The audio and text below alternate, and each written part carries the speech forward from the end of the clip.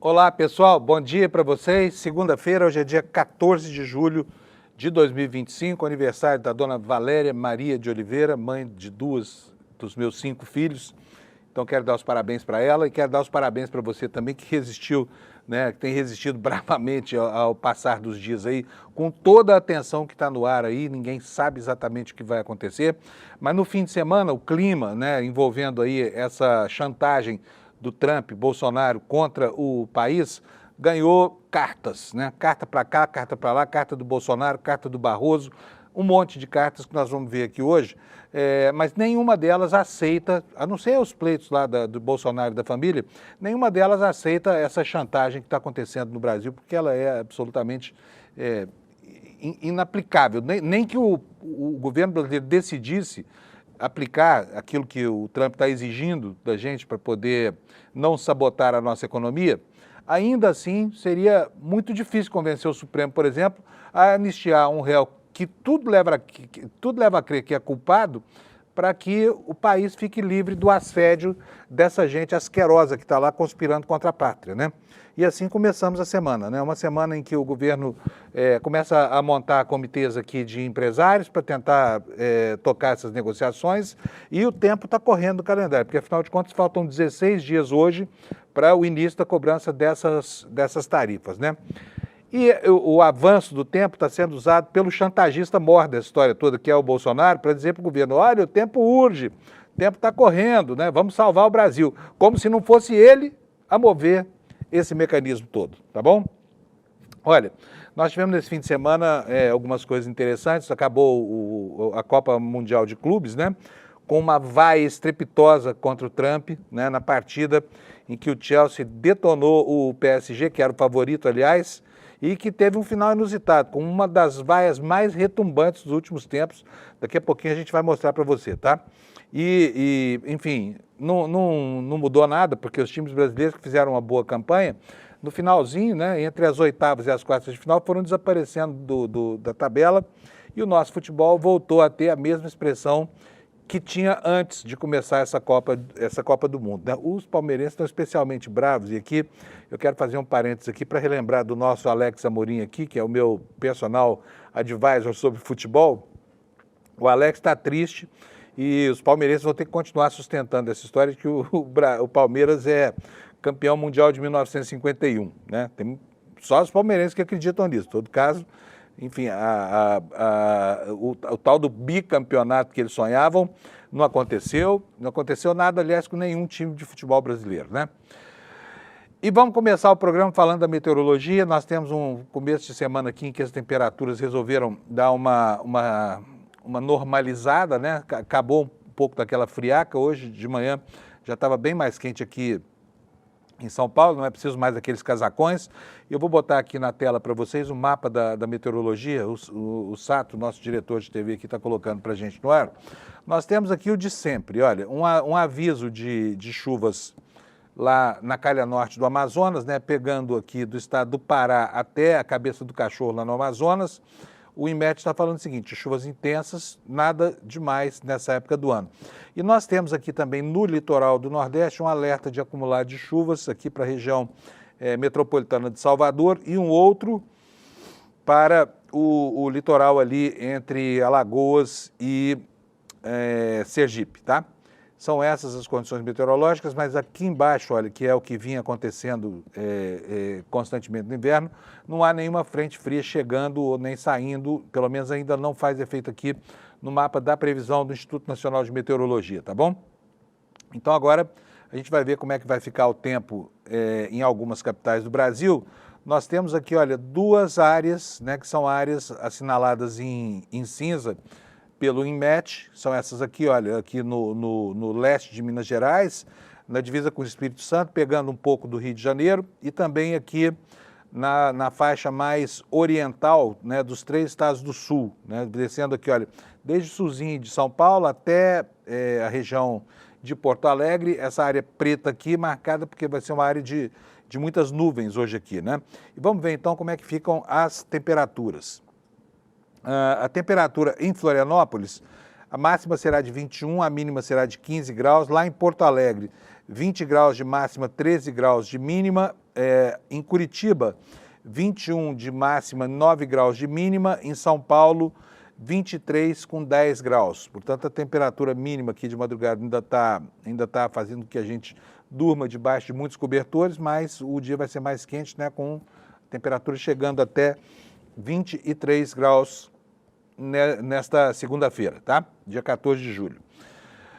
Vamos começar a ver os destaques no site do ICL, né? É uma semana que começa marcada uma vez mais por essa questão da queda de braço em torno das sobretaxas do Trump lá nos Estados Unidos, né? E a manchete aqui no ICL, vou passar todos aqui, depois a gente vai vendo uma por uma. Lula cria comitê para avaliar a sobretaxa de Trump e conversará pessoalmente com o empresário. Já não é mais só o Alckmin, mas o homem que vai ficar responsável por mover essa engrenagem aí para desobstruir os canais dessa chantagem feita pelo Trump, será mesmo o vice-presidente Geraldo Alckmin, que tem uma boa entrada com o empresariado brasileiro, e ele vai tocar as negociações com os empresários, né? Eu preciso dizer aqui que alguns setores que são muito importantes, inclusive para o mercado americano, começam essa novela toda da chantagem em uma certa vantagem, né? Porque lá nos Estados Unidos já há uma grande queixa com relação ao que vai haver de encarecimento, por exemplo, do café da manhã dele, como nós já falamos aqui, né? O café, que 80% do café que os americanos bebem é brasileiro, por exemplo, vai ter uma alta estúpida. Então é muito pouco provável que o Trump queira empurrar essa conta para o consumidor americano, e o que se espera é que essa pressão interna acabe fazendo com que ele repita o que já fez antes, que é isentar setorialmente produtos que são importantes lá para a economia americana, né? O que acaba desfigurando esse pacote do tarifaço dele. Outra coisa, então nós temos o café, o suco de laranja também é extremamente importante, porque os Estados Unidos já não produzem mais, por causa dos problemas climáticos, laranja, importam praticamente tudo do Brasil, e tem uma emergência lá que eles têm que atender, que é a questão dos ovos, porque eles ainda estão lidando lá com uma epidemia de gripe aviária, e os ovos que os americanos comem hoje, muitos deles são importados daqui do Brasil, né? De países como o México, por exemplo, e o preço dos ovos encareceu muito a cesta das famílias americanas. Por quê? Porque o dólar que custava o ovo que custava 50 centavos, que custava $5 a dúzia, agora está custando 12, até 15. E a gente está falando de supermercados baratos lá, onde os americanos fazem a compra do mês, né? Tipo o Walmart, por exemplo. $12 dá $1 para cada ovo, R$6, tá? Para vocês terem uma ideia, né? E ainda vai haver um impacto muito grande na carne, porque, afinal de contas, o Brasil é um provedor importante da carne que os americanos comem, né? Inclusive, empresas brasileiras como JBS, Marfrig, têm unidades de produção lá, mas essas unidades de produção dependem de gado originário do Brasil. Então, quem está produzindo carne lá, mesmo que seja empresa brasileira, fica livre da sobretaxa. Mas a carne importada daqui chega lá, se essa sobretaxa for mantida, com 50% a mais no preço, né? Próximo assunto aqui em destaque no ICL é uma longa carta que o ministro Barroso, presidente do Supremo Tribunal Federal, escreveu defendendo o Supremo das aleivosias do Trump, né? E lá nos Estados Unidos também, olha, uma outra matéria dá conta das dificuldades que as autoridades do próprio governo Trump estão tendo de explicar por que a sobretaxa ao Brasil, um parceiro comercial que possibilitou, como a gente tem visto aí reiteradamente sendo repetido, um superávit nos últimos 15 anos de 410 bilhões de dólares, não é nem reais, é dólar, tá? Olha, outra manchete aqui, o nosso manifesto Somos 99%, lançado semana passada pelo Eduardo, vai na internet, né? Nós vamos chegar hoje certamente a 400 mil assinaturas, e se a sua assinatura ainda não está lá, coloque, porque é importante a gente demonstrar a nossa indignação, e quanto mais gente assinar esse documento, mais forte ele fica, né?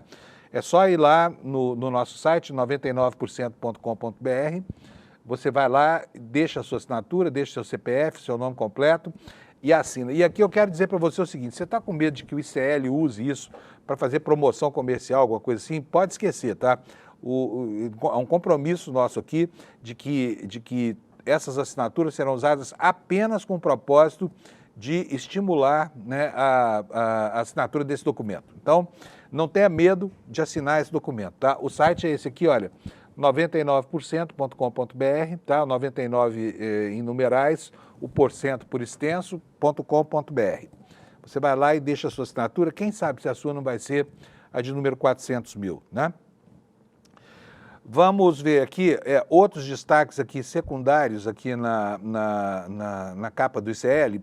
O primeiro deles dá conta das vaias do Trump, né? Ontem no final do jogo do Chelsea contra o PSG pela Copa Mundial de Clubes, né? Foi uma cena inusitada, porque o Trump apareceu lá para entregar o prêmio, ninguém esperava, e o estádio reagiu quando a imagem dele apareceu no telão.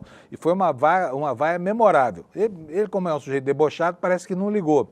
Mas certamente o que aconteceu lá, essa vaia, né, um som em uníssono, todo o estádio vaiando esse grande ditador em que está se transformando o Donald Trump, isso dá uma demonstração da impopularidade dele, pelo menos nesse ambiente do futebol, né? E nós vamos ver já, eu vou pedir para o Sato colocar para a gente. Sato, nós separamos aqui alguns dos vídeos, bota para a gente aqui para os nossos internautas verem como é que foi a barulhada ontem lá nos Estados Unidos, por favor.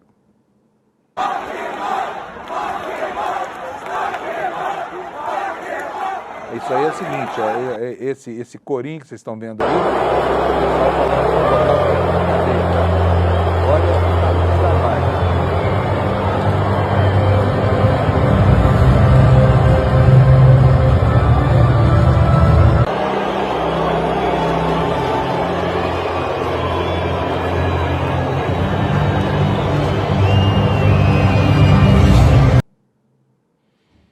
Pois é. Quem planta vento, colhe o quê? Colhe tempestade, né? Caso do Trump lá nos Estados Unidos. Então foi vaiadíssimo. Ontem tentou lacrar lá na final da Copa Mundial de Futebol. Aliás, esse futebol que a gente joga aqui no Brasil não é um esporte muito popular nos Estados Unidos, né? Mas os estádios estavam cheios, né? E a vaia dele ressoou por toda a opinião pública americana. Tomara que tenha aprendido alguma coisa. Agora vamos começar a ler os destaques um por um aqui, a começar por essa informação no site do ICL de que o presidente Lula está criando um comitê para avaliar como é que vai tratar dessa sobretaxa aí, né? E ele já antecipou que ele vai conversar pessoalmente com empresários brasileiros, né? Numa articulação que tem como líder o vice-presidente Geraldo Alckmin, que é um homem que tem uma boa entrada com o empresariado brasileiro, né, e que não desperta nenhum tipo de suspeita por parte dos empresários, né?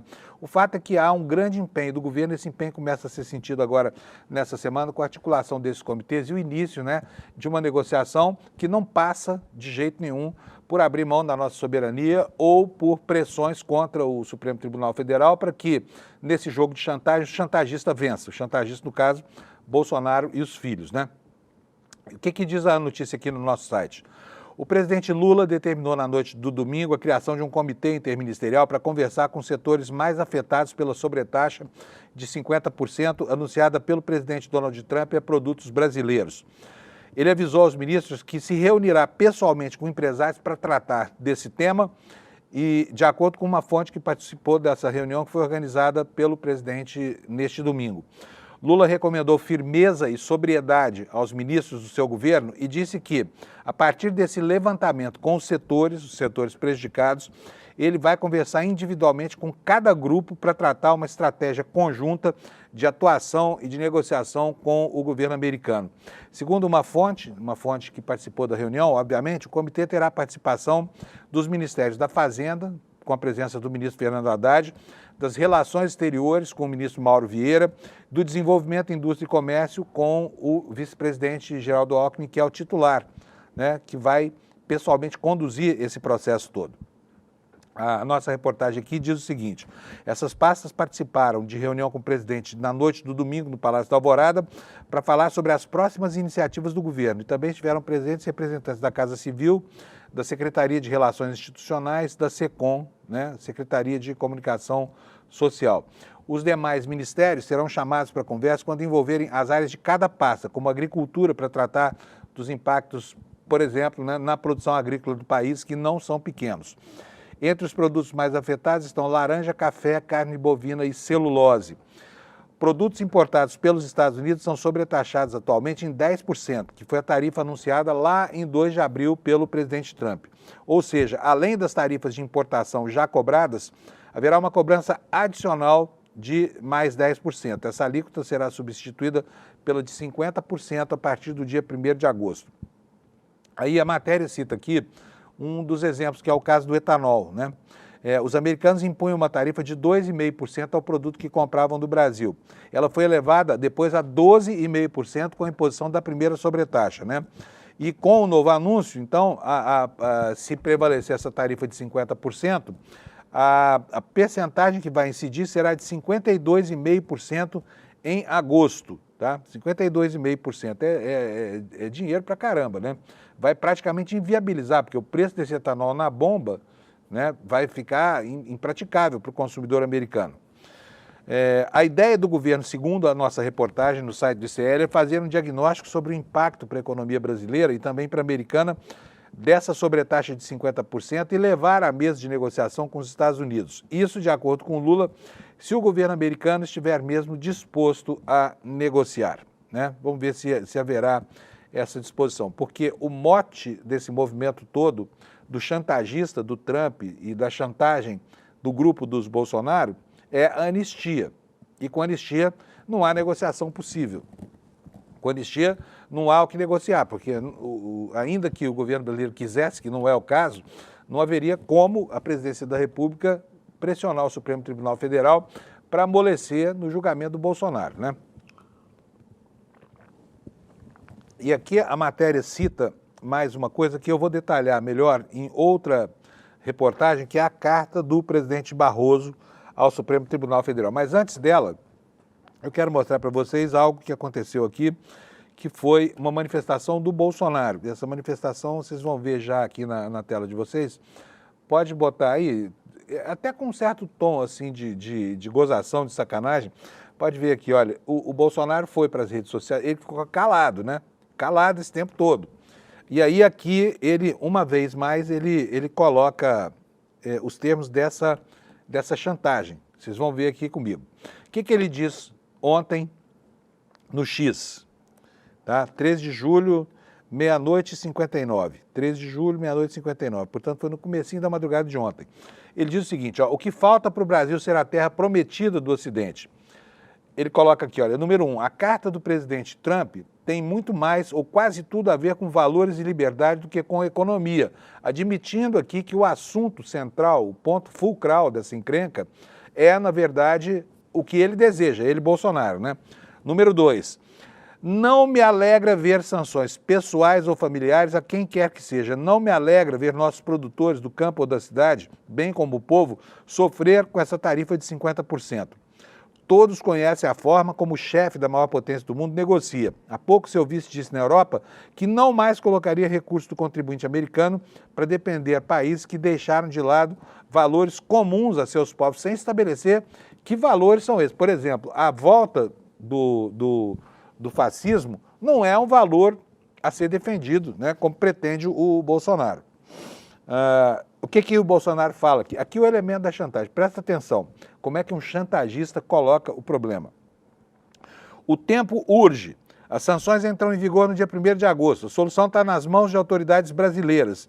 Em havendo, aqui, preste atenção a essa frase, em havendo harmonia e independência entre os poderes, nasce o perdão entre irmãos. Com anistia também a paz para a economia. Com anistia a paz para a economia. Ou seja, está aqui o Bolsonaro defendendo, deixa eu voltar aqui para vocês aqui com a imagem, vou tirar aqui, mas vocês viram a manifestação do Bolsonaro, né? Aqui é a letra do chantagista falando por si só, tá? Vamos ver onde vai terminar essa história toda aqui. E outro que escreveu uma manifestação, essa é uma longa manifestação, eu vou ler para vocês aqui, claro que eu não vou ler inteiro, porque gastaria aqui todo o nosso programa de hoje com essa história, tá? Vou colocar para vocês na tela já aqui, essa aqui é uma carta em que o ministro Barroso é bastante assertivo com relação enfim, ao que está acontecendo no Supremo Tribunal Federal, né? Vamos lá então, Vou botar aqui na capa para vocês, para a gente poder ler isso aqui juntinho, vai demorar um pouquinho, não tem problema. Vamos lá. Chegou aí a imagem, Sato? Vou ler aqui. O primeiro trecho da carta diz o seguinte: olha, as diferentes visões de mundo nas sociedades abertas e democráticas fazem parte da vida e é bom que seja assim.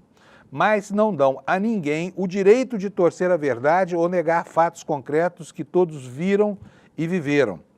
A democracia tem lugar para conservadores, liberais e progressistas. A oposição e a alternância no poder são essenciais ao regime.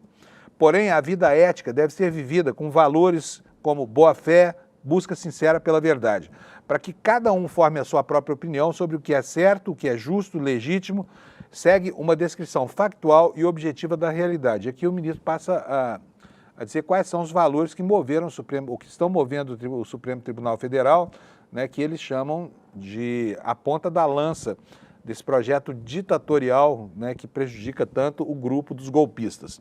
Vamos lá, o que diz o ministro Barroso? Nos últimos anos, a partir de 2019, vivemos episódios que incluíram tentativa de atentado terrorista à bomba no aeroporto de Brasília, tentativa de invasão da sede da Polícia Federal, tentativa de explosão de uma bomba no Supremo Tribunal Federal, acusações falsas de fraude eleitoral na eleição presidencial, mudanças num relatório das Forças Armadas que havia concluído pela ausência de qualquer tipo de fraude nas urnas eletrônicas, ameaças à vida e à integridade física de ministros do Supremo, inclusive com a reiteração de pedidos de impeachment, acampamentos de milhares de pessoas em portas de quartéis pedindo a deposição do presidente eleito, acampamento, já disse isso aqui, de acordo com, desculpa aqui, me perdi aqui no texto, vou voltar aqui para vocês. E de acordo com denúncia do Procurador-Geral da República, uma tentativa de golpe que incluía um plano para assassinar o presidente da República, o vice e um ministro do Supremo.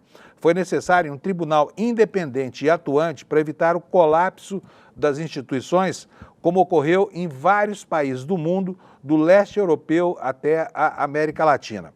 As ações penais em curso por crimes diversos contra o Estado Democrático de Direito observam estritamente o devido processo legal, com absoluta transparência em todas as fases do julgamento, sessões públicas, transmissões pela televisão, acompanhadas por advogados, pela imprensa e pela sociedade. Prossegue aqui o ministro Barroso, ensinando ao povo americano como é que um tribunal de repente julga um processo respeitado o rito do devido processo legal. Ele diz o seguinte: para quem não viveu uma ditadura ou não a tem na memória, vale relembrar. Ali sim havia falta de liberdade, tortura, desaparecimentos forçados, fechamento do Congresso e perseguição a juízes. No Brasil de hoje, não se persegue ninguém. Realiza-se a justiça com base nas provas e respeitado o contraditório. Como todos os poderes numa sociedade aberta e democrática, o judiciário está sujeito a divergências e críticas, que se manifestam todo o tempo, sem qualquer grau de repressão. Ao lado de outras instituições, como o Congresso Nacional e o Poder Executivo, o Supremo tem desempenhado com todo sucesso os três grandes papéis que lhe cabem: assegurar o governo da maioria, preservar o Estado Democrático de Direito e proteger os direitos fundamentais. Por fim, cabe registrar que todos os meios de comunicação, os físicos e os virtuais, circulam livremente, sem qualquer forma de censura. O Supremo tem protegido firmemente o direito à livre expressão, entre outras decisões, declarou inconstitucionais a antiga Lei de Imprensa, editada pelo regime militar, as normas eleitorais que restringiam o humor e as críticas a agentes políticos durante as eleições, bem como as que proibiam a divulgação de biografias não autorizadas. Mais recentemente, assegurou proteção especial a jornalistas contra tentativas de assédio pela via judicial.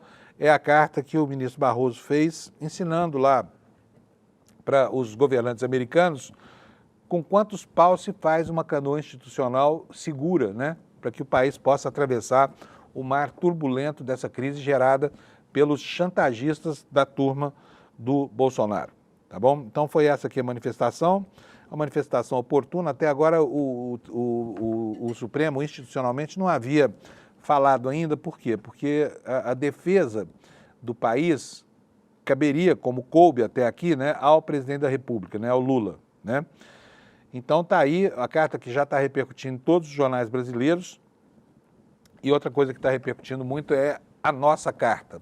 É o manifesto aqui do ICL. Você provavelmente já assinou. Se não assinou, aproveite agora para assinar. Olha só a manchete aqui no site do ICL. Somos 99%. Manifesto lançado pelo ICL passa de 396 mil assinaturas e pede na manchete a sua participação.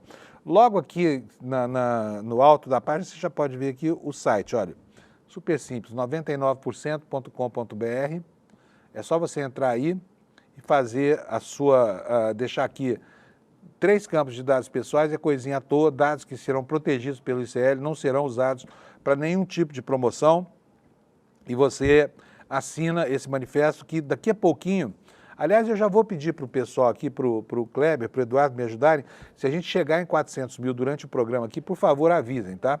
É provável que isso aconteça agora no N1. Mas vamos lá, se você não assinou, assina aí, vamos ver se a gente consegue romper essa barreira dos 400 mil ainda aqui no nosso Desperta, tá bom? Eu vou até dar uma olhadinha lá no site, porque tem aqui informação de quantas pessoas já assinaram. Quem sabe a gente já não está para lá dos 400 mil, não é verdade? Então está aqui, olha, na tela para vocês, está aqui o site. Para assinar, é só vir aqui, ó, escreveu aqui 99%.com.br. Se quiser, você pode rever o vídeo do manifesto do Eduardo Moreira e aqui assinar o abaixo-assinado. Olha aqui, ó, 398.621 pessoas. Portanto, está faltando aqui menos de 1.400 para a gente chegar em 400 mil. Será que você pode dar uma ajudinha aí, se você não assinou? Vai lá, assina, olha, é só deixar aqui, ó, o nome, o e-mail, o CPF e pronto. Você está... clicar aqui nesse botão azul e você está dentro do nosso manifesto, tá bom? Então, é isso aí. Deixa eu ver se tem mais alguma informação aqui sobre isso, sobre o manifesto do ICL, só para a gente ver aqui alguma atualização. Manifesto Somos 99%, lançado na segunda por Eduardo Moreira, fundador do ICL, está fazendo história, já superou a marca de, como nós vimos agora há pouco, 398 mil assinaturas. A campanha denuncia os privilégios da fração mais rica da população, o 1% mais rico da população, que concentra sozinho, 63% da riqueza nacional, além de criticar os abusos de políticos fisiológicos e servidores, como os do judiciário, por exemplo, né, que teimam, apesar da vedação constitucional, em ter supersalários. O abaixo-assinado está disponível no site, como eu falei, 99%.com.br e apresenta uma série de propostas para combater a desigualdade e as práticas ilegítimas dentro do poder público. A mobilização também incentiva a divulgação nas redes sociais com a hashtag Somos99, oferecendo no site oficial vídeos e materiais para compartilhamento. Entre as principais reivindicações estão fim dos supersalários no setor público, extinção das emendas secretas, redução da carga de trabalho para os trabalhadores, obviamente, tributação mais justa sobre os mais ricos, combate à impunidade entre políticos, juízes, empresários, banqueiros e militares, divulgação ampla no portal da transparência, cobrança de dívidas bilionárias de grandes latifundiários e empresas e proibição de eventos políticos considerados vergonhosos e sem transparência, tá bom? Então tá aqui, esta é a informação no nosso site. Agora nós vamos voltar aqui aos movimentos midiáticos da semana, porque houve duas coisas, né? Nós tivemos aí, primeiro, essa manifestação do Bolsonaro, né, dizendo aí, reiterando sua chantagem, dizendo que a decisão de interromper os processos contra ele, né, isso que ele chama de anistia, na verdade é um indulto personalíssimo. Se isso acontecesse, a economia voltaria a funcionar, as sobretaxas seriam retiradas, né? Gostaria de saber até aqui com que autoridade ele fala, porque existe também um outro viés, que é um pouco mais, digamos, técnico, né, nessa questão, que é a imposição injusta das sobretaxas no momento em que o Brasil é deficitário na relação comercial com os Estados Unidos, né? Mas vamos ver quais foram as manifestações no fim de semana. Quero colocar primeiro a manifestação do Bananinha, do Eduardo Bananinha, que é esse golpista que está lá complicando a cada dia mais a situação dele. Logo, logo ele vai ter que responder por isso aqui perante o Supremo Tribunal Federal. O processo está em curso, né? Mas ele não para. Ele é uma máquina de produzir a discórdia e a desídia, né, aí para o Brasil. Então vamos ver o que foi que o Bananinha disse nesse fim de semana. Roda para nós, Sato, por favor. And how can I go to the jail if what the United States is using is a legal tool, is the tariffs? It clearly shows that Alexandre de Moraes and Lula da Silva considers the United States as a criminal organization. Despite our vice president did go to the inauguration of the new president of Iran, and he was together along with leaders of Jihad Islamica, Hamas, Hezbollah, Houthis, and many others. How can you answer tariffs with prison? There is no way to do that. That's why there is no way to consider Brazil a democracy anymore. Trump was right in his letter to Lula da Silva when he called Brazil as a regime. Because in regimes, they go after trying to arrest people in exile when they denounce their human rights violations. And usually in the regimes, they go after the family of the exiled one because they did not touch people outside of their countries. And that's why me, my brother Carlos, my other brother Renan, my father Jair Bolsonaro, almost everybody in my family are facing some unfair trials. So please, I humbly ask for Trump, Secretary Rubio, with the full support of the Congress, where you have great people talking true things about Alexandre de Moraes, and you do not have no one else defending Alexandre de Moraes. In this scenario, Mr. President Trump, Secretary Rubio, I ask you, apply Global Magnitsky Act against these people. They are not regular judges, they are not regular politicians. They are criminals. They are crooked people that will only respect someone else if they feel the power on their heads. So please do that in favor to rescue our democracy, in favor of all of those that cannot fight back against this regime, that cannot fight back against this lawfare. You have a congressman in Brazil, Daniel Silveira, that is in prison for almost 9 years because he did a video. You have Jair Bolsonaro about to be condemned for almost 40 years in jail, not because of crime, but because they wanted to clean the way to other political forces in the next year election. Please do that, and Brazilians will be very thankful for you. God bless you, God bless Brazil, God bless America. E depois esse canalha, esse miserável desse deputado Eduardo Bolsonaro, já quase ex-deputado, diz que não está conspirando lá. Agora, é claro que ele é um lesa-pátria, pedindo lei Magnitsky para várias autoridades brasileiras. Como assim vai sujeitar a autoridade de um país estrangeiro, que é o dele, né, a uma legislação de guerra americana, uma legislação absolutamente estigmatizante?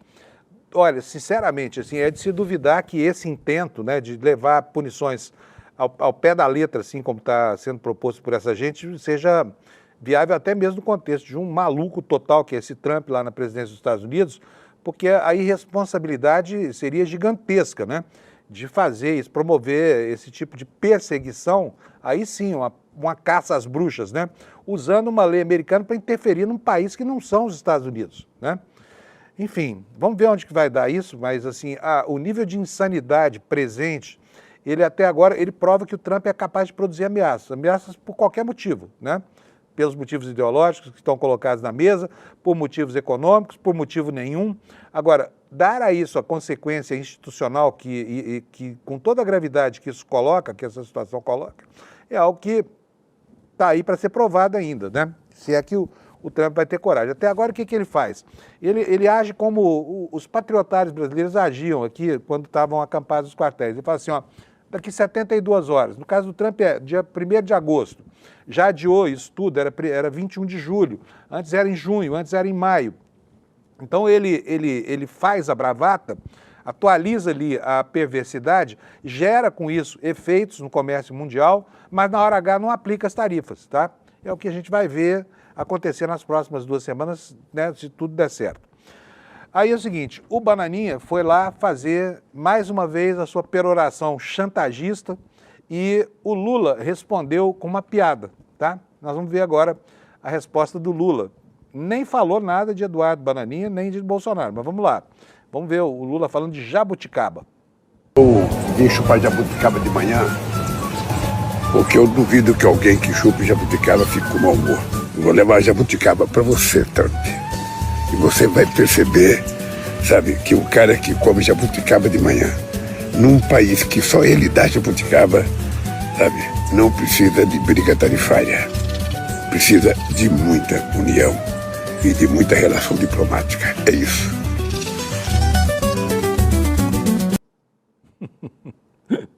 O Lula tem uma maneira engraçada de falar dos problemas. Pelo menos está de bom humor aí, não está desesperado, não está nada disso, né? E eu imagino que essa extrema-direita furiosa no Brasil, que tem nenhum fair play, zero de bom humor, que eles devem ficar possessos com esse tipo de resposta aí. Agora, francamente, não tem nada a ver jabuticaba com tarifaço, né? Ainda que a jabuticaba seja uma fruta tipicamente brasileira. Há controvérsia também sobre isso, tá? Bom, vamos seguir aqui com as consequências que isso terá. Matéria do UOL, que você está vendo aí na sua tela, falando sobre... Não é isso não, não é isso não. Eu vou colocar uma outra aqui, ó. Está aqui antes. Pode colocar no ar que já está aí na tela certa. Estou me antecipando aqui. A matéria que eu quero mostrar para vocês é essa que está aqui na Folha de São Paulo, o Lula dizendo sobre o comitê que vai avaliar a sobretaxa e o Lula dizendo que vai conversar pessoalmente com os empresários. Você se lembra que semana passada teve um engraçadinho que saiu na frente aí, que foi o governador de São Paulo, foi um vexame atrás do outro, né? O Tarcísio estava igual biruta de aeroporto, estava hora para cá, hora para lá, batendo cabeça. No fim das contas, ele se ferrou com todo mundo, inclusive com aqueles que ele precisava, que ele pretendia bajular, que é o pessoal do Bolsonaro. Afinal de contas, Tarcísio e bolsonarismo são assim, ó, carne e unha, é a mesma coisa. Ele tenta passar uma imagem de equilíbrio que não cabe naquele corpinho, não cabe nem minimamente. E aí começa a fazer bobagens em série, né? Eu imagino que essa semana vai ficar quietinho, porque só fez merda semana passada inteira, né? Num único dia, ou ao cabo de 2 dias, ele conseguiu desagradar os bolsonaristas, mesmo tendo ido a Brasília para se encontrar com o Bolsonaro, aproveitou lá uma confraternização de comemoração das sobretaxas numa churrascaria para puxar o saco do Bolsonaro, saiu de lá no dia seguinte e foi procurar a Embaixada dos Estados Unidos para propor uma negociação. E é engraçado, né, porque um aliado do Bolsonaro foi pedir aos embaixadores que contrariassem o pleito do seu chefe, do seu homem, que é o Bolsonaro. Então, assim, o Tarcísio estava pedindo ao embaixador para sacanear o próprio companheiro de trincheira. É isso que aconteceu. E aí, depois que os bolsonaristas reagiram, ele fez algo que é absolutamente absurdo. Por quê? Porque não cabe, não há uma explicação para o que ele fez, que é procurar os ministros do Supremo para tentar sugerir que deixassem o Bolsonaro ir para os Estados Unidos para ele negociar. Ou seja, o que o Bolsonaro... Fala sério, gente, eu sinceramente tenho dificuldade para entender, talvez vocês me ajudem aí. O que vocês acham que o Bolsonaro poderia negociar com o Trump, em nome do governo brasileiro? Fala sério. É ele quem faz a chantagem. Então estou colocando o chantagista para discutir com outro chantagista os termos da chantagem. É um absurdo. Tudo para quê? Provavelmente para facilitar a fuga desta ave gorda que chama Jair Messias Bolsonaro para os Estados Unidos, né? E me espanta saber que o cara, governador de um estado, tem a cara de pau de fazer uma proposta como essa, depois de um dia inteiro, como eu falei, como biruta de aeroporto, virando para cá e para lá, tentando encontrar um espaço para lacrar. Não deu certo, ele não tem legitimidade, não tem a função institucional, quem vai tentar alguma negociação e que não é a negociação que os bolsonaristas querem, é o governo brasileiro, né, o Palácio do Planalto. E por isso essa manchete hoje aqui na Folha de São Paulo, o presidente, por enquanto, fazendo tudo certinho, criando um comitê agora para avaliar as sobretaxas, com a promessa de que ele vai falar pessoalmente com os empresários. E isso o Lula faz muito bem, né? Essa interface com o empresariado ele sabe fazer muito bem. A matéria do UOL nos diz o seguinte, olha, o presidente Luiz Inácio Lula da Silva determinou na noite deste domingo a criação de um comitê interministerial para conversar com os setores mais afetados pela sobretaxa. Avisou aos ministros que vai se reunir pessoalmente com os empresários para tratar desse tema, de acordo com uma fonte que participou dessa reunião. Lula recomendou firmeza e sobriedade dos ministros do seu governo e disse que a partir desse levantamento com os setores, ele vai conversar individualmente com cada grupo para traçar uma estratégia conjunta de atuação e de negociação com o governo americano. Segundo uma fonte, o comitê terá a participação dos ministros da Fazenda, Fernando Haddad, das Relações Exteriores, Mauro Vieira, do Desenvolvimento, Indústria e Comércio, Geraldo Alckmin. Portanto, o Lula aqui assumindo a sua função de negociador, ele vai atrás da responsabilidade que lhe compete e vai levar o assunto adiante, tá bom? Vamos mudar agora de assunto? Vamos aqui, agora o meu navegador aqui travou e eu fico sem a internet aqui para mostrar para vocês. Pronto, já destravou aqui e eu vou mostrar para vocês, começar a mostrar para vocês os efeitos econômicos de algo que ainda não está vigorando. Por quê? As sobretaxas do Trump, essas de 50%, serão só a partir de 1º de agosto. Só que, desde o primeiro momento, começou a haver mudanças no comércio global. Por quê? Por exemplo, nós tínhamos 58 contêineres de carne no Porto de Santos prontos para embarcar para os Estados Unidos. Os importadores lá cancelaram a encomenda. Por quê? Porque o navio vai chegar depois da data em que a sobretaxa estará vigorando. E aí essa carne está sujeita a uma tributação de 50%. Em compensação, o que foi que aconteceu lá nos Estados Unidos? A população começou a se mobilizar e começaram a ver vídeos na internet falando o seguinte: pô, o Trump quer defender um corrupto, um bandido brasileiro, que é o Bolsonaro, e eu tenho que pagar a conta no meu café da manhã, eu tenho que pagar 50% a mais para tomar o suco de laranja, que é sagrado lá, faz parte da cultura culinária lá dos Estados Unidos, do café da manhã. Então começa a haver uma reação lá.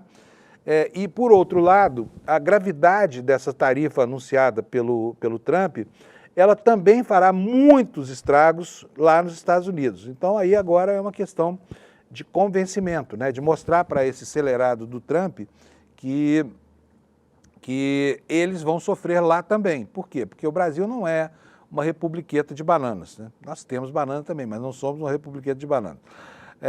Então vamos lá, tem aqui no G1 hoje uma matéria sobre alguns setores afetados, né? O setor de produção de mel, o setor melífero lá no Nordeste foi um desses setores, olha, e é muita gente, hein? São muitos produtores, são 12 mil produtores que já foram afetados, porque as remessas de mel foram canceladas para lá, tá? Foram canceladas. Vamos ler aqui o que diz o G1.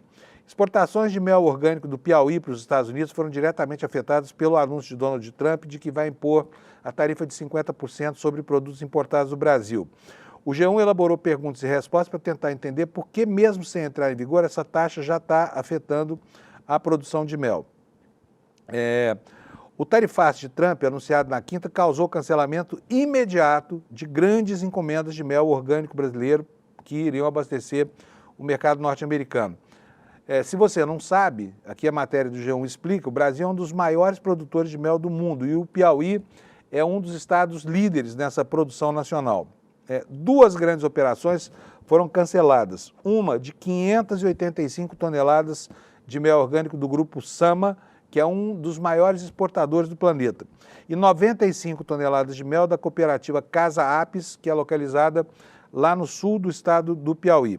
E aqui a matéria explica por que os compradores dos Estados Unidos cancelaram esses pedidos. Ela diz o seguinte: os importadores temem que o mel chegue aos Estados Unidos após a entrada em vigor da nova tarifa, o que aumentará significativamente o custo do produto. Só no caso do Grupo Sama, o impacto seria de 6 milhões de dólares a mais no valor dessa carga. Quem são os produtores afetados? Pelo menos 12 mil pequenos produtores do Nordeste brasileiro que vendem para o Grupo Sama, especialmente dos estados do Piauí, do Ceará, Maranhão e Bahia. O mel que eles fornecem é beneficiado em indústrias no Piauí e em São Paulo antes da exportação. Os Estados Unidos consomem 80%, olha só a importância dos Estados Unidos para esse segmento da atividade econômica aqui no Brasil. Os Estados Unidos consomem 80% do mel produzido no Brasil, quer dizer, de cada 10 quilos de mel, 8 vão para lá e 2 para outros lugares, inclusive para abastecer o mercado interno. Em 2024, o Piauí liderou o ranking brasileiro de exportação de mel para o país, embora não tenha sido o maior produtor. O Piauí é o 22º estado em exportações para os Estados Unidos, mesmo assim tem uma relação muito forte, em torno de 85% da exportação de mel do Piauí vão para o mercado americano, aponta o gestor cooperativo da área internacional e mercado de federações e de mercado da Federação da Indústria do Piauí, FIEP. O que acontecerá com esse mel que já estava pronto para ser exportado? No caso do Grupo Sama, uma parte da carga já estava no porto, outra em beneficiamento e o restante ainda em trânsito. Com o cancelamento, o produto precisa ser armazenado em câmaras refrigeradas. Isso acaba encarecendo, né, a produção. Por quê? Porque custa caro manter esse mel todo em baixa temperatura. E há, segundo a matéria, uma expectativa de reversão desses cancelamentos. A Central das Cooperativas Apícolas do Semiárido Brasileiro, a Casa Apis, informou que está tentando negociar diretamente com os norte-americanos para manter, ao menos, o embarque dos contêineres que já estão prontos no porto, né? E aqui a matéria fala qual é o impacto econômico da tarifa. Além do prejuízo imediato com os cancelamentos, o setor teme uma queda nas exportações e um aumento dos custos logísticos. O mel orgânico brasileiro pode perder competitividade no mercado internacional. Olha, agora, o que está acontecendo é o seguinte, desde que na segunda-feira esse assunto veio à baila, os próprios empresários estão tentando redirecionar os seus fluxos para outros países do mundo, estão tentando encontrar clientes, né? Então, se essa crise perdurar muito, é óbvio que o Brasil vai encontrar meios para colocar a sua produção. É improvável que, por exemplo, o mercado brasileiro absorva as 585 toneladas de mel desse grupo que é o maior exportador brasileiro. Mas há outros compradores no mundo, né? A Ásia, por exemplo, é uma esponja, o que oferecer para ela, ela vai comprar. A questão é que no direito, no comércio internacional, vale a mesma máxima da vida de qualquer cidadão. Quanto maior a oferta, menor o preço. Então, é provável que esse tipo de coisa traga, sim, prejuízos para os exportadores brasileiros, porque a oferta que aumenta na medida em que os Estados Unidos fecham os seus portos lá para os produtos brasileiros, ela aumenta para aqueles que estavam aguardando uma oportunidade melhor para comprar, tá bom? Então, prejuízo vai haver de qualquer forma. Vamos ver onde é que essa loucura toda vai parar, né? Gente, olha, essa semana será uma semana quente de novo lá na área do Supremo. Por quê? Porque vai ser dado curso, vai ser dado seguimento aos processos contra a trama golpista, né? E, enfim, agora tem 3 núcleos, 2, 3 e 4, né, cujas testemunhas ainda não foram ouvidas, que começam a ser ouvidas a partir de hoje. Então vai ter uma agenda extensa de depoimentos lá no Supremo Tribunal Federal para dar conta de escoar essa demanda aí, que é uma demanda típica do devido processo legal, né? Vamos ver o que diz a notícia aqui do UOL. O Supremo Tribunal Federal começa hoje a fazer audiência com as testemunhas de defesa e de acusação dos núcleos 2, 3 e 4 da ação penal sobre a tentativa de golpe de Estado para manter Bolsonaro no poder. Testemunhas serão ouvidas entre os dias 14, hoje, né, e 23 de julho, no Supremo Tribunal Federal. As audiências começarão com as testemunhas de acusação e depois, de novo, ele, né, o indefectível Mauro Cid, réu no núcleo 1, será ouvido como informante em razão do acordo de delação premiada. Em seguida, será a vez das testemunhas da defesa. 3 ministros do governo Bolsonaro serão ouvidos no núcleo. Onyx Lorenzoni, que foi chefe da Casa Civil, é testemunha do Felipe Martins. Quem é o Felipe Martins? É aquele neonazista que fez o símbolo do White Power, lembra? Dizendo depois que foi na lapela que ele fez esse símbolo, mas estava lá se exibindo, lacrando atrás do presidente do Senado Federal, numa transmissão que ocorria de uma sessão pela TV do Senado, pela TV Senado, né? Então tá aqui, essas são testemunhas do Felipe Martins. Já Ciro Nogueira e Rogério Marinho foram arrolados pela defesa de Marcelo Câmara, ex-ajudante de ordens do Bolsonaro. Esses são aqueles testemunhos que vão falar, não, o sujeito era muito bacana, ele tinha... Pode tirar a página para mim, por favor? Sabe?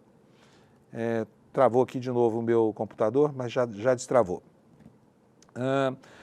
Vamos a outra questão. É o seguinte, nós tivemos, há cerca de um mês, a aprovação daquela lei de reciprocidade tarifária, né? Uma lei que foi elaborada para que o agronegócio pudesse enfrentar e retaliar barreiras não alfandegárias do mercado europeu contra produtos brasileiros.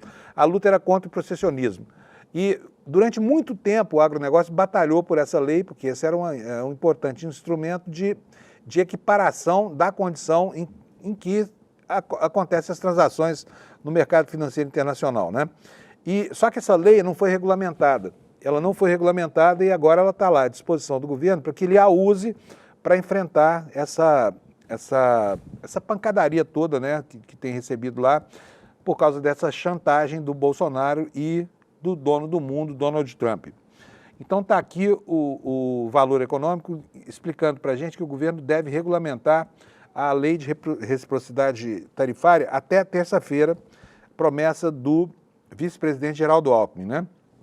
A matéria diz o seguinte: o vice-presidente da República, ministro do Desenvolvimento da Indústria, Comércio e Serviços, Geraldo Alckmin, disse na manhã deste domingo que a regulamentação da lei da reciprocidade tarifária deve sair até terça-feira, portanto, amanhã, e que o governo vai continuar trabalhando junto ao setor privado para reverter a taxação. Em São Paulo, o ministro afirmou que o Brasil vai trabalhar no sentido de reverter a taxação imposta pelos Estados Unidos de até 50% sobre as importações brasileiras, além de recorrer à Organização Mundial de Comércio, que hoje não apita quase nada, né? Esses órgãos aí multilaterais, tanto a ONU quanto os seus braços no comércio, que OMC, organização, enfim, outros braços aí dessas entidades multilaterais não estão funcionando, mas o Brasil vai recorrer a eles. Aqui na fala do Alckmin, a ideia central de como é que será conduzida essa negociação. Segundo ele, a ideia é conversar muito com o setor privado, ou seja, aqui no Brasil, né? Seja da agricultura, no setor de laranja, café, setores agrícolas importantes, carne, industrial, aço, falou o vice-presidente. Mais cedo, o ministro da Casa Civil, Rui Costa, já havia confirmado que o governo iria regulamentar esta semana, por decreto, a lei da reciprocidade tarifária. O objetivo, segundo ele, é eventualmente retaliar os Estados Unidos caso o país não retire a tarifa imposta de 50% contra o Brasil até o início de agosto. Portanto, a esperança vã de Bananinha e outros bananões por aí, de que isso poderia levar a um movimento de inflexão do governo, enfim, não, isso não está nem sequer sendo considerado, tá bom? Olha só, como é que seria processada essa retaliação? Diz aqui a matéria do Valor Econômico. Essa retaliação, segundo Costa, seria por meio de várias medidas, não serão apenas taxas, outras medidas serão adotadas, falou ele aos jornalistas. Alckmin declarou também que há uma integração produtiva entre Brasil e Estados Unidos, principalmente em relação ao aço. Abre aspas aqui de novo para a fala do Alckmin. O Brasil é o terceiro maior comprador do carvão siderúrgico dos Estados Unidos, faz o aço semiplano e vende para os Estados Unidos, que faz o aço plano, faz o motor, faz o automóvel, afirmou o vice-presidente e ministro do Desenvolvimento, Indústria e Comércio, tá bom? Essa é, então, a orientação. Hoje a gente vai ver a maturação dessa ideia, a formação dos primeiros grupos. Amanhã, a regulamentação da lei que vai permitir ao Brasil reagir a esse atrevimento do Trump lá nos Estados Unidos, né, que está utilizando a força do comércio internacional para constranger instituições de um país democrático como o Brasil. Já falei para vocês da reação do Bolsonaro, né? E aqui eu tenho aqui uma matéria no Poder 360 que repercute isso aqui que o Bolsonaro falou, porque afinal de contas é uma ameaça impressionante, né? A anistia trará paz para a economia, diz Bolsonaro. Agora me explica aí, você que está assistindo aqui a gente falar sobre o assunto, qual é a relação entre economia e anistia para esse pilantra do Bolsonaro? Que relação pode haver entre o constrangimento ao Poder Judiciário que ele está provocando e o sacrifício dos trabalhadores brasileiros que vão perder o emprego e dos empresários que vão ficar em péssima situação caso as pautas comerciais já negociadas não possam ser cumpridas, né? O Poder 360 nos diz o seguinte, olha, o ex-presidente Jair Bolsonaro, nesse domingo, diz que está nas mãos das autoridades brasileiras o poder para negociar e tentar revogar a tarifa de 50% imposta pelo presidente Trump. De maneira indireta, Bolsonaro sugere que a saída seja, de alguma forma, os três poderes da República atuarem para anistiar os envolvidos no outro, ou para anistiá-lo, né? Vamos falar a coisa como deve ser. Ele está nem aí para esses bagrinhos do 8 de janeiro, que ele direcionou para lá, através dos seus mecanismos lá de coação pelas redes sociais, mas agora, quando ele fala de anistia, está falando dele, né? Não há dúvida disso, né? O tempo urge. As sanções entram em vigor no dia 1º de agosto. Nós já vimos esse trecho aqui da manifestação do Bolsonaro. A solução está na mão das autoridades brasileiras. Em havendo harmonia e independência entre os poderes, nasce o perdão entre irmãos. Perdão entre irmãos. E com a anistia também para a paz na economia, escreveu ele no seu perfil do X. Segundo o ex-mandatário brasileiro, assinala aqui o Poder 360, a mensagem de Trump está mais relacionada a valores e liberdade do que propriamente à economia. Também afirmou que não se alegra com as sanções pessoais ou familiares, nem com o impacto das tarifas sobre os produtores rurais e a população. Ele diz aqui, a carta do presidente Trump tem muito mais, ou quase tudo a ver com valores e liberdade do que com economia, escreveu o celerado do Jair Messias Bolsonaro. Bom, estou encerrando aqui o noticiário de agora de manhã e quero dizer para vocês o seguinte, você não pode deixar de acompanhar no próximo dia 27 o lançamento de uma plataforma, mais uma bolada pelo Eduardo Moreira, aqui do ICL, uma promoção muito legal que você vai conhecer agora nos próximos dias. Nós aqui na sexta-feira conhecemos também o que é isso, ficamos muito impressionados, você não vai perder. Quero que o Sato ponha aqui nessa câmera aqui, porque olha aqui, ó, ICL eterno, né? E está aqui, não é só uma coisinha, é uma mudança radical em algumas coisas aqui do ICL, tá bom? Isso vai acontecer no dia 27 de julho, no domingo, às 8 horas da noite. Você pode, desde já, garantir a sua vaga aqui, olha, nesse link que está aqui embaixo de mim, despertaicl.com.br, tá bom? Você que está conosco já há tanto tempo e você que nos observa, ainda que não seja uma das pessoas que ajudam a manter a nossa produção, não tem problema. Você vai gostar muito de conhecer isso que o Eduardo vai apresentar para nós no dia 27 de julho, no domingo. Portanto, não deixe de acompanhar. Faça logo a sua inscrição no despertaicl.com.br, tá bom? Eu volto com vocês amanhã, às 7 horas da manhã, para ver o que foi que aconteceu com este confuso planeta redondinho chamado Terra. Tchau, obrigado pela audiência e até amanhã. O ICL foi o único veículo de imprensa monitorado e perseguido pela ABIN paralela de Jair Bolsonaro. Nas mais de 1000 páginas do relatório da Polícia Federal, só o ICL aparece como veículo de imprensa. O motivo, todos vocês sabem. O jornalismo independente, que não tem patrocínio nem verba de empresas nem de governo e fala o que tem que ser falado. Eles tentaram destruir o ICL, mas eles não conseguiram. Agora, o pior para eles ficou guardado para depois. Mais especificamente para o dia 27 de julho. É nesse dia que eu vou anunciar as novidades mais revolucionárias da história do ICL. O início de um novo capítulo do ICL. E se o ICL já tirava o sono dessas pessoas antes, depois do dia 27, elas vão ver o tamanho do problema que elas compraram.